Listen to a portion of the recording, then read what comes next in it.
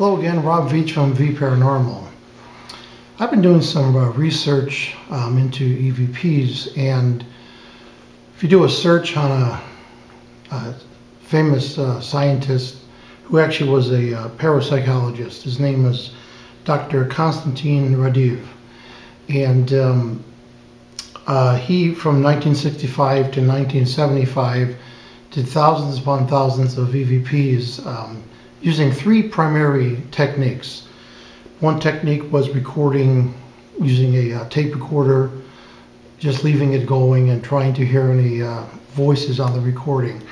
Another technique was he would use an AM receiver and tune it to a non-station and listen to voices and record that. And the third one I was most interested in, he used diode voices using a germanium diode. And that's the one I concentrated on. And after doing some research, he used a circuit that was talked about in one of his books. And I concentrated on that original circuit, which I'll show you here. The issue I had with that original circuit is that it was tuned right in the middle of the AM band. The AM band in the United States goes from 530 kilohertz to 1750 kilohertz. So his was tuned right in the middle of that band. So he got a lot of radio stations, I would imagine, coming in. And when I experimented with that circuit, I did also, even with a small antenna on the input.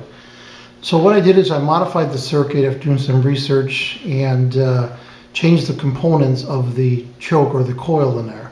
I increased the coil value so that the resonating point of my circuit is 450 kilohertz.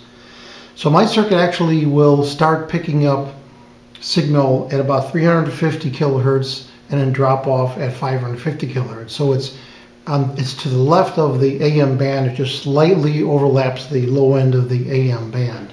So here's the prototype of the USB tuned Raudive Entity microphone.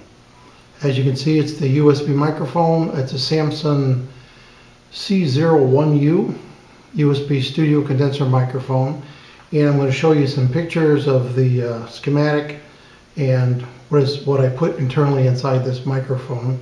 At the end of the video, we'll have the whole schematic. You could look at what was done here.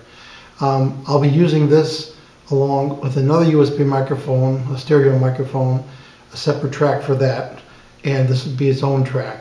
That way you have three tracks going, live audio and stereo, and one track of the Konstantin or the Raudive microphone going on at the same time. Another thing that's interesting about the design, if you do get radio stations, you could take this antenna, which is very short, 3 inches, and you could tuck it into this little opening I made. There's a tube inside here. So as you drop the antenna into there, what happens is it reduces the effective amplification ability of the internal circuit, and that eliminates your station coming in so that you're guaranteed to get white noise. And again, it's only strong stations that could possibly come in that might be local. Most of the time you're not going to get any stations because it's tuned on the low end of the AM band.